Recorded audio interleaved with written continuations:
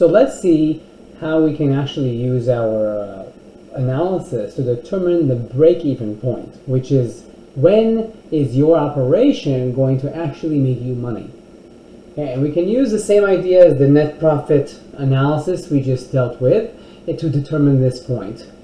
So let's suppose you have a company that invests $200,000 into the construction of a new plant over a 2-year startup period, which means that during the 2-year period, nothing else occurs.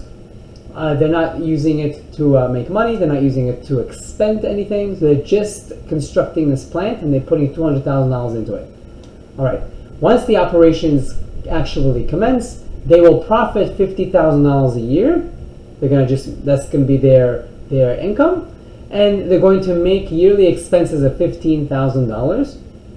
And they want to know when they're actually going to reach break-even point, because obviously for the first few years they're going to be negative because they put in $200,000 into the construction and they're paying expenses over time. Okay, and they want to use a depreciation scheme to make their lives a little bit easier and get to the break-even point as soon as possible.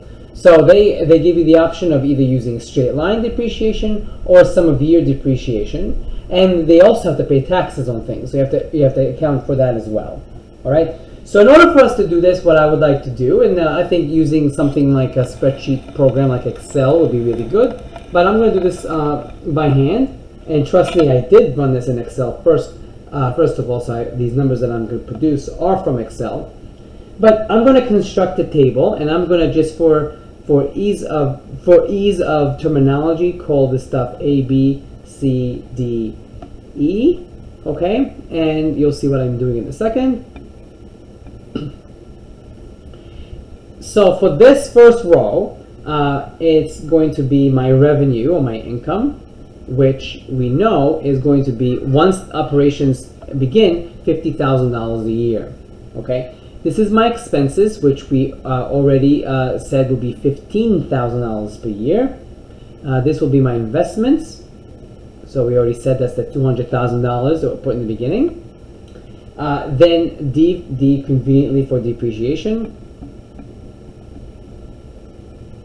Okay, and this is taxes. And what we'll do is we will calculate two things from this stuff. We will calculate cash flow, which is basically the profit for the year, and then the net cash flow. And this is the key. The net cash flow is what's going to actually, once this reaches a positive number or 0, that's the break-even point. That's what you're looking for. You're looking for this to be 0. When is this 0? That's basically your question. When is this going to be equal to 0? So revenue is going to usually be provided to you in a question, or it's not a question, obviously it's going to be something beyond this. It's going to be given to you. You're going to be able to approximate how much you're going to make for your operation. Expenses, in this particular instance I gave it to you, it's $15,000 per year, but as you recall, we did the M and O factors for maintenance and labor. You can use those as well to do that. Investments I gave to you, again, this will be given to you for whoever wants me to do this analysis. Okay, and depreciation, we're going to choose one of two things. Taxes, to calculate taxes, I'm going to do 21% times, well, it's going to be A with my revenue, so it's taxable income, but I'm going to subtract whatever is not taxable, which will be minus my expenses minus my depreciation. Okay, so that's how I'm going to run that.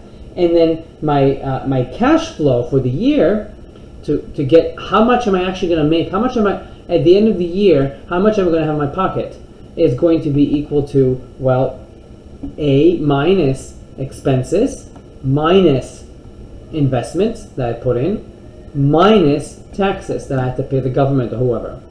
I am not subtracting D because D is not a real thing. D is only used for tax reduction purposes. It's not an actual physical thing that's going to help you with anything else. So if you can kind of carry this analysis and carry it over year per year per year, you can do this with much ease. So let's look at this. So I'm gonna construct this table here for us with the year. given here, year, okay? And the first two won't count. And then revenue, my expenses, my investments, my depreciation, and my taxes, just like that.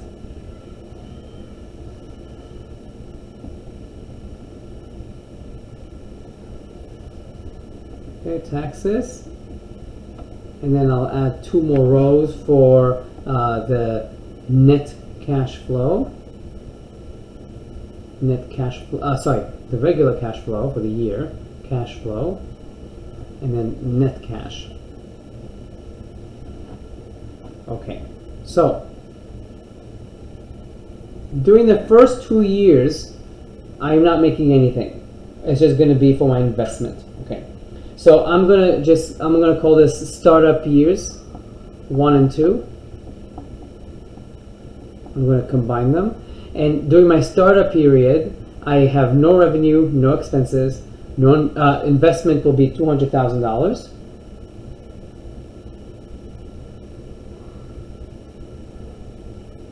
I have no depreciation, taxes, cash, or net cash. I have absolutely nothing. I'm just losing money. Well, my net cash, actually, I do have. My cash flow at the end of year 1 will be negative $200,000. As you can see from the cash flow here, it would be A minus B minus C minus E. And if you look in here, at the end of the first year, it will be 0 minus $200,000 minus 0. So at the end of the first year, I actually have negative 200,000. And at the end of the startup year 2, I also have negative 200,000. So I'm just going to combine the two startups because they're not that interesting. Nothing eventful is happening. Okay. Then I'm going to call this year of operation. We're going to call this year 1 of actual operation when things are happening. And my revenue here will be $50,000.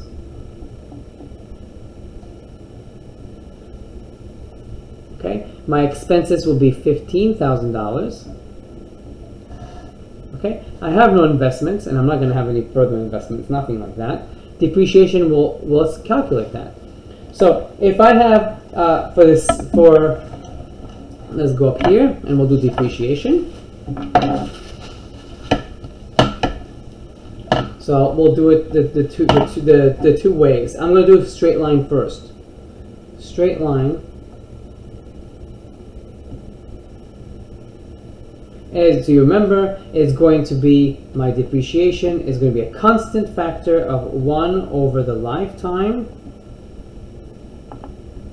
times the initial cost minus the salvageable cost. Okay, and my lifetime, if you look at the question period here, at the question statement, sorry, the problem statement here, I want to do this investment over 5 years. So that's going to be my lifetime. And the investment is that $200,000 we're talking about, and there's going to be no salvageability here.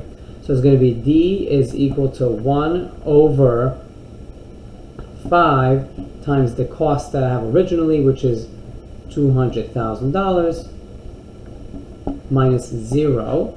And so that it just ends up being $40,000 per year. Okay, so I'm going to go back here and I'm going to put 40 for the depreciation. So this is going to be $40,000. Okay, my taxes, again, to remind you, my taxes is going to be my taxes will be equal to the revenue. So the revenue will be $50,000 minus my expenses, right? Minus my depreciation, which here is $40,000, times 21%. Well, look at that. This ends up being negative. I'm never going to get money back from the government for it, but I'm going to basically I'm going to say 0. If this ends up being negative, if your taxes will be negative, you just cite that as 0. So my taxes for year 1 Well, that's going to be 0.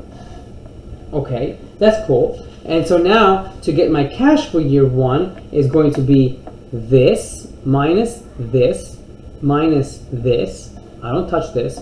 Minus this. Okay, so that's pretty simple. It's 50 minus 15. So this is $35,000.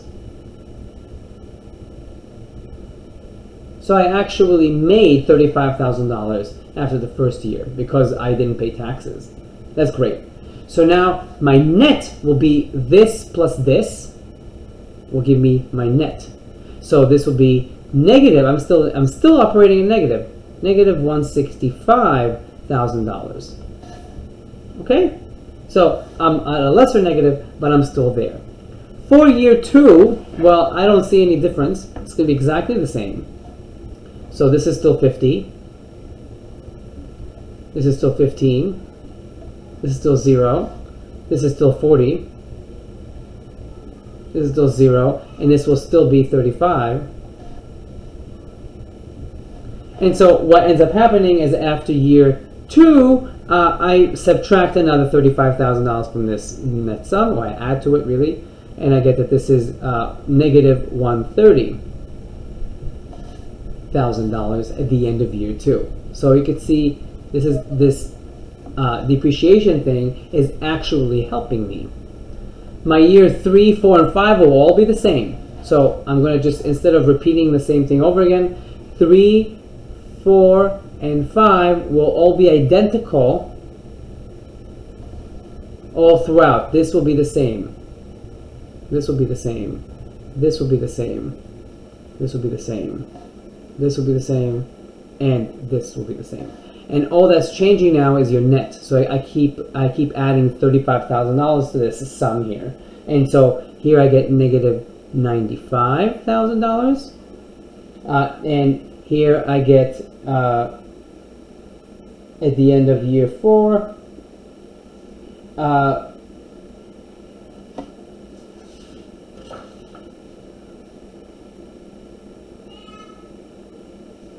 the end of year 4, I should get negative $60,000.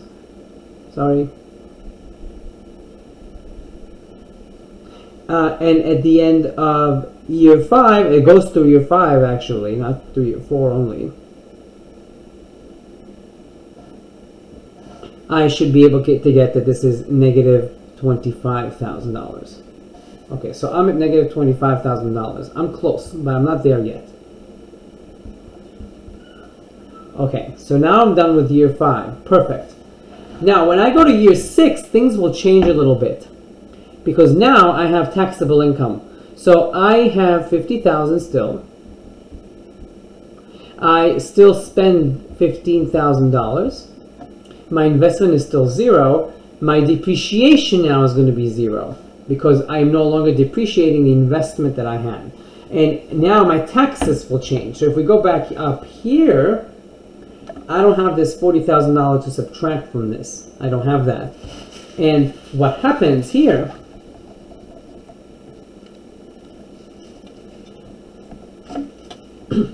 is that this is 0, and my taxes end up being 50 minus 15, which is $35,000, times 21%, and that ends up being $7,000,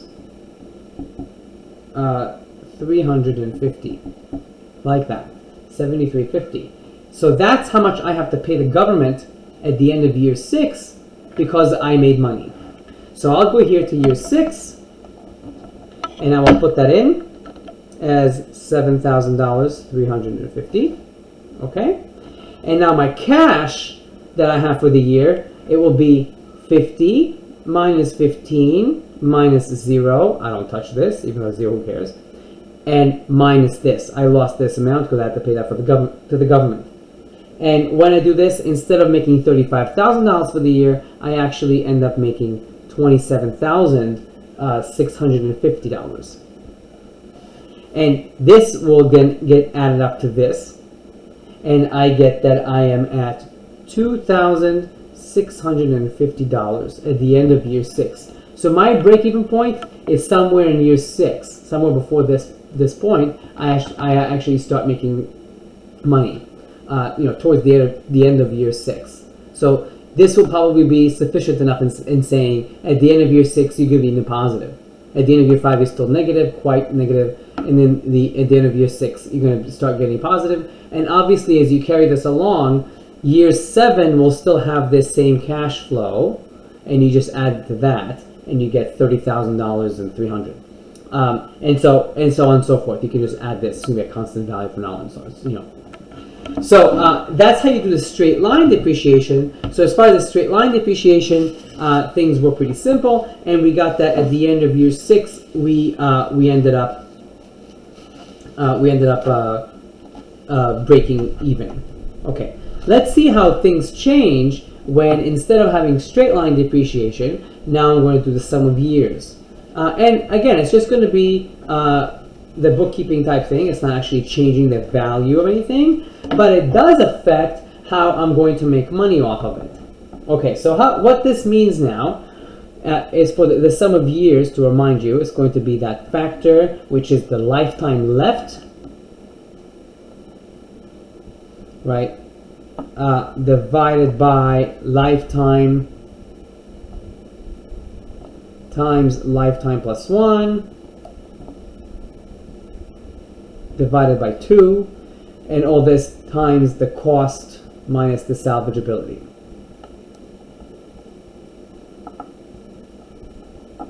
Okay, so what this means is that D now is going to be my, we'll say, lifetime left is going to be 5 times 6 over 2, and this is going to be times $200,000 minus 0. That's my depreciation here. And so what I'll get, and I'll put that in here so we can copy and paste later. For at the end of year 1, so if I put lifetime left here in the beginning, that I have 5 years left, I will get that I have $66,700. And at the end of year 2, if you plug that in and I have 5 years left, I will plug that in and I'll get that as $53,300. D3 will be $40,000. D4 will be $26,700. And D5 is going to be $13,300. And again, these subscripts just denote the year they're going to be applied. So for year 1, year 2, year 3, year 4, year 5. And you're going to pay less taxes in the beginning than you will in the end. Okay, so that's how that's going to work. And we're going to go back here and repeat our analysis. So again, nothing changes for the startup, because at the startup it didn't do any operations. The depreciation didn't apply. I'm still negative at $200,000. Now I'm going to start year 1, and it's going to be quite similar to before. Now I'm still making $50,000. I'm just omitting the dollar sign, I'm sorry. My expenses here will be $15,000. My investment will be 0. My depreciation, if you go up here, we just calculated that, it'll be $66,700. So I'll put that in, $66,700. And so now I can use that to calculate my taxes. And my taxes, again, taxes for any year will be my revenue, which is $50,000, minus my expenses, which is $15,000, minus my depreciation, which for year 1 was $66,700, and all that times 0.21. Okay, so obviously I'm going to be negative here. Again, when I have a negative value for my taxes, I'm just going to cite 0. So I'll throw a 0 in here.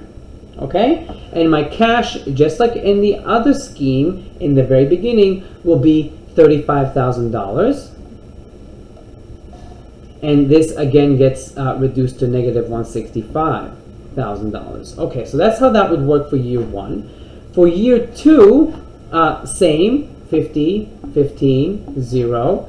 My depreciation now is instead $53,300.